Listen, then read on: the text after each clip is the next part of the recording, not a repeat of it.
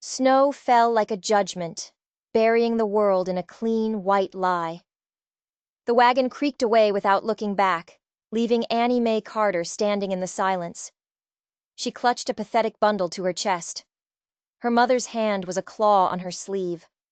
The town of Redemption had just erased them. Windows were shuttered. Doors were barred. The welcome sign creaked in the wind, a bitter joke. Her mother, Martha, leaned on a stick, her breath a ragged ghost in the freezing air. She was a wisp of a woman, but her grip was iron, the last piece of a life that had been stolen from them. "Come on, Mama," Annie Mae whispered, her own voice trembling. "We'll keep moving." They stumbled past the last house, past the edge of a world that had spat them out. She could feel their eyes. The whole town, watching from behind their curtains. A voice, sharp as broken glass, hissed on the wind. Pearl McKinn's, most likely. "Good riddance. 2 mouths we don't have to feed." Shame burned hotter than the cold. Annie Mae wanted to scream, to hurl the town's cruelty right back in their faces. But her mother sagged against her, a weight of bone and broken pride, and the rage turned to ash in her mouth. At the end of the street, Sheriff Amos Fletcher stood like a monument to indifference.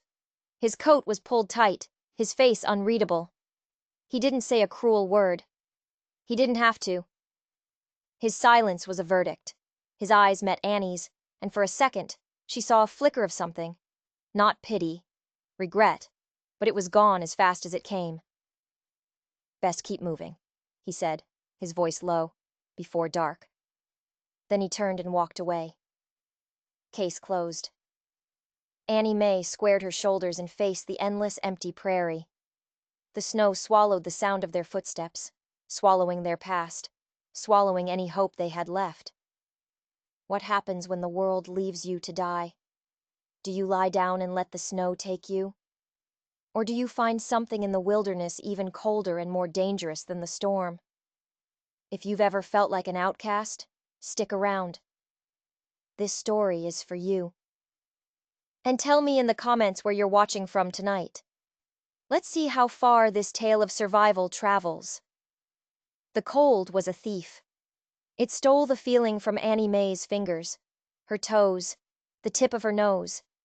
It stole the strength from her mother's legs. Hours bled into a gray, featureless twilight. The prairie was a vast white sea, and they were drowning in it. Martha stumbled, her knees buckling. Annie Mae caught her, lowering the frail body into a snowdrift. "Go back," Martha whispered, her lips blue. "Leave me. Save yourself." "Never," Annie Mae breathed, pressing her forehead against her mother's. "You're all I have." A single tear froze on Martha's cheek. The storm was getting worse, the wind a physical force, shoving and clawing at them. They would die here. She knew it with a terrible certainty. Then she saw him. A dark shape emerging from a line of pines. Tall, broad. A rifle slung across his back. Fear, sharp and primal, shot through her. A bandit. Or worse. She pulled her mother closer, trying to make her own body a shield. The man stopped a few paces away. His face was hidden in the shadow of his hat, his beard thick with frost. A big, rough-looking dog stood at his side, its yellow eyes glowing in the dusk. He didn't move. He just watched them. His gaze was heavy, taking in her wind-burned face, her mother's trembling form, the whole desperate picture of their ruin. Then he spoke, his voice a low rumble, almost lost in the wind. "You're coming with me." It wasn't a question. It wasn't a request. It was a command, spoken with the calm certainty of a man who was used to the world bending to his will. Annie Mae's heart hammered against her ribs. Who was this man? A savior or a captor? In the wilderness, they were often the same thing. But then her mother's walking stick slipped from her frozen fingers. Martha sagged, a dead weight in her arms.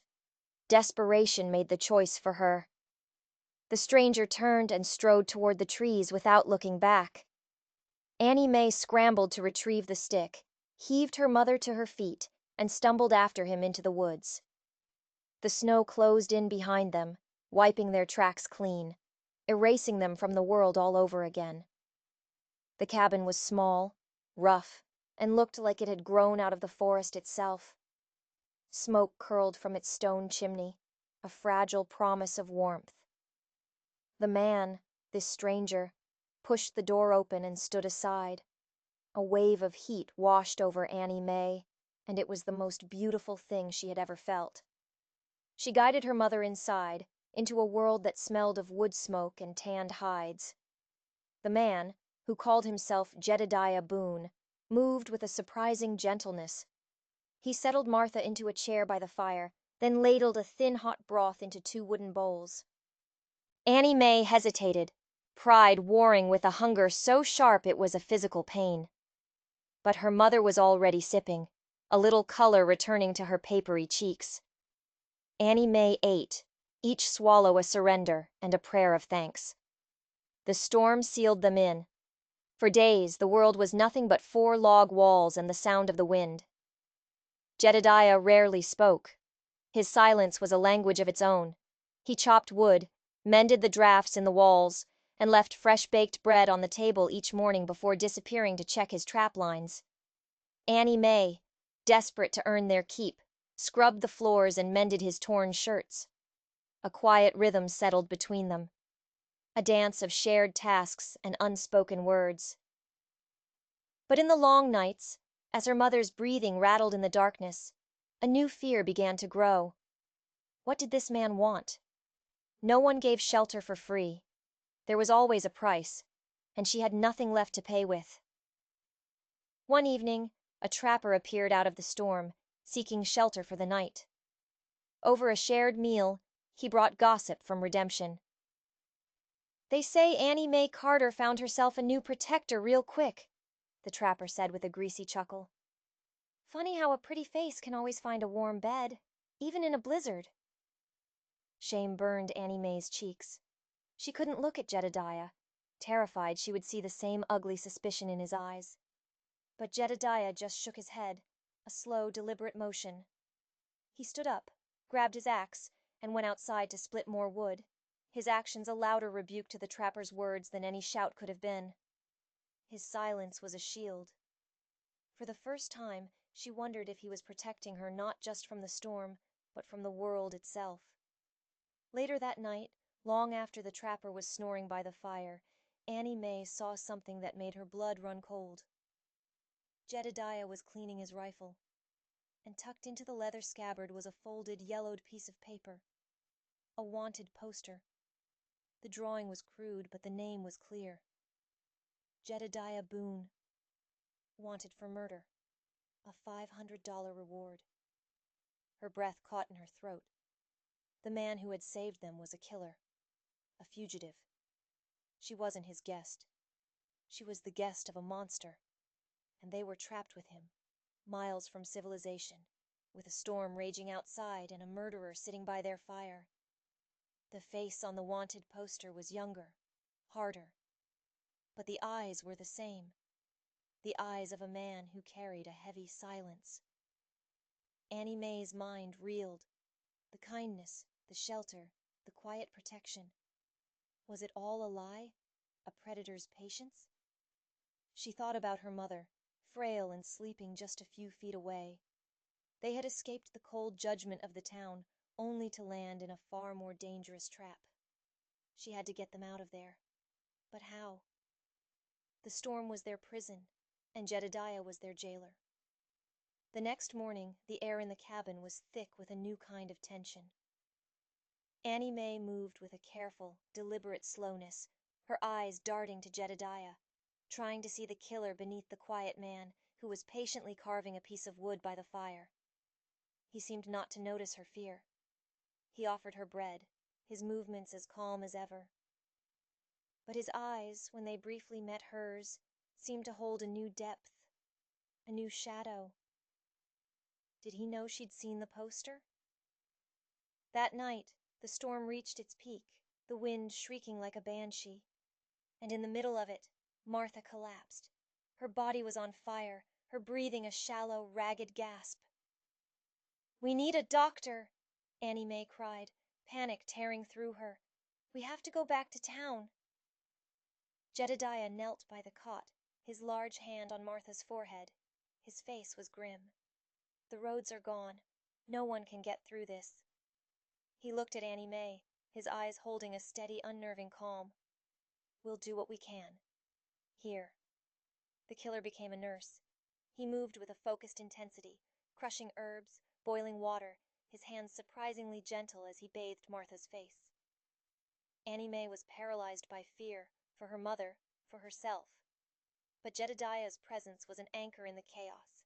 He was steady. He was sure. All through the long, terrible night, they fought for Martha's life. Him, a wanted murderer. Her, the daughter of the woman he might be planning to kill next. It was a mad, impossible scene. Just before dawn, the fever broke. Martha's breathing eased. Exhaustion hit Annie Mae like a physical blow. She sagged against the wall, tears of relief blurring her vision. She looked at Jedediah, his face drawn and tired in the pale light. He hadn't hurt them. He had helped them. He had stayed up all night, fighting for her mother's life. Why would a killer do that? The wanted poster said he was a murderer. But the man who knelt by her mother's bed was something else entirely. The confusion was a knot in her stomach. What was the truth? As the first rays of sun pierced the clouds, she knew one thing for sure. The greatest danger wasn't Jedediah's past. It was the secret he was still hiding. Spring came slowly, hesitantly, melting the world back into existence. Martha was frail, but she was alive. The quiet routine of the cabin had become a strange kind of home. Annie Mae learned to read the woods, to set a snare, to split a log clean. She learned the language of Jedediah's silence. It spoke of a deep, abiding sorrow, not of malice. The wanted poster remained a terrifying, unanswered question. But the fear had been replaced by a cautious, fragile trust. One afternoon, she found him at the edge of the clearing, looking down toward the valley where redemption lay, a smudge of smoke on the horizon. She came to stand beside him. The air was crisp and clean. "The trapper was right," he said, his voice low, not looking at her. "They are hunting me." Annie Mae's heart clenched. "The poster. I saw it." He finally turned to face her. The pain in his eyes was raw. "It's true. I killed a man. But not the way they say." He told her the story. It came out in broken pieces, a tale of a land dispute, a corrupt sheriff, and a fight that went wrong. The man he killed was the sheriff's brother, a bully who had been trying to drive a family of settlers off their land. It had been self-defense, but the sheriff had twisted the story, put a price on Jedediah's head, and forced him into the mountains. The sheriff. "Sheriff Fletcher?" Annie Mae whispered. Jedediah's eyes narrowed. "You know him. He's the one who ran us out of town." The pieces clicked into place with a horrifying snap. It wasn't a coincidence. Nothing was. "The family he was trying to run off?" Jedediah's voice was a low growl. "What was their name?" "My father's name was Thomas Carter," Annie Mae said, her own voice shaking. "The land. It was supposed to be ours. After he died in an accident, Sheriff Fletcher said there were debts. He took everything." It wasn't an accident. The truth hit them both at the same time. A truth so cold and ugly it stole the air from their lungs. Sheriff Fletcher hadn't just run them out of town to save a few dollars on charity. He had exiled them, hoping the winter would kill them. Because Martha Carter was the last person alive who knew that her husband's death hadn't been an accident at all. She was the last witness to a murder. And Jedediah Boone wasn't just a random outlaw. He was the other witness. The man who had tried to defend her father and had been branded a killer for his trouble. He had been hiding in these mountains for years, not just from the law, but waiting. Waiting for a chance to clear his name and see justice done. And that justice had just walked out of a blizzard and knocked on his door. "He knows you're here," Jedediah said, his voice deadly calm. "The trapper. He would have gone straight back to Fletcher. He'll be coming. Not for him. For them. To finish the job he'd started years ago. To erase the last two people who could expose him. The quiet cabin in the woods wasn't a sanctuary anymore. It was about to become a battleground. They didn't have much time. They worked with a grim, focused silence. Jedediah barred the windows, checked his ammunition. Annie Mae helped her mother to the small root cellar, a cramped, dark space that was their only hope of shelter. "You stay here, Mama," Annie Mae whispered, tucking a blanket around her. "No matter what you hear." Martha clutched her hand, her eyes wide with a fear that was decades old. "He'll kill you too, just like he killed your father." "Not this time," Annie Mae said, her voice filled with a cold fury she didn't know she possessed. She emerged from the cellar to find Jedediah watching her, a second rifle in his hands. "You know how to use one of these?" he asked. She nodded. Her father had taught her. Another ghost rising to help them. They didn't have to wait long. 3 riders appeared at the edge of the clearing. Sheriff Fletcher and 2 of his deputies, men whose faces Annie Mae had known her whole life. Men who had watched her get cast out into the snow and done nothing. They weren't here to talk. Their rifles were already raised. "Boone!" Fletcher's voice echoed in the clearing. "Give up the woman and the girl, and I might let you live." It was a lie, and they all knew it. Jedediah didn't answer. He just raised his rifle. The world exploded in a chaos of gunfire and splintering wood. Annie Mae crouched by the window, her heart hammering, the rifle a heavy, unfamiliar weight in her hands. She saw one of the deputies circling around the side of the cabin. She remembered her father's words. "Breathe. Squeeze. Don't jerk." She fired. The deputy screamed and clutched his shoulder, stumbling back into the trees. A wave of nausea and fierce, terrible pride washed over her. She was no longer a victim. She was fighting back. Jedediah was a force of nature, moving with a deadly grace, his shots precise and controlled. He wasn't a killer. He was a soldier. He was defending his home. Their home. The battle raged, the small cabin a fortress against the corruption of the town. One of the deputies went down for good. But Fletcher was smart. He was using the trees for cover, trying to get a clear shot. Then, a new sound. A 4th rider, coming hard up the trail. Not another deputy. It was Pearl McKinn, her face a mask of rage, a shotgun held across her saddle. "He's my brother, you filth!" she shrieked, firing both barrels at the cabin. The blast tore a hole in the wall, just inches from Annie Mae's head. Fletcher hadn't just brought the law. He'd brought the family. They were trapped, outnumbered. But what Fletcher and Pearl didn't know was that the ground they were standing on held its own secrets. Jedediah gave Annie Mae a look, a silent command. She understood. While he laid down covering fire, she slipped out the back, crawling through the snow toward the old dead oak tree at the edge of the clearing. The place her mother had whispered about in her fever dreams. The place Fletcher had buried his first crime. She dug in the snow with her bare hands, the cold a distant thing. Her fingers hit something hard, a rotted leather satchel. Inside was a ledger and a signed confession. Not from Fletcher. From Pearl McKinn's husband, the man everyone thought had run off years ago. He confessed to helping Fletcher kill Thomas Carter, and in exchange, Fletcher had promised him a piece of the land. But Fletcher had betrayed him, too. Killed him and buried him right here. The whole rotten story was right there, in faded ink. "Fletcher!"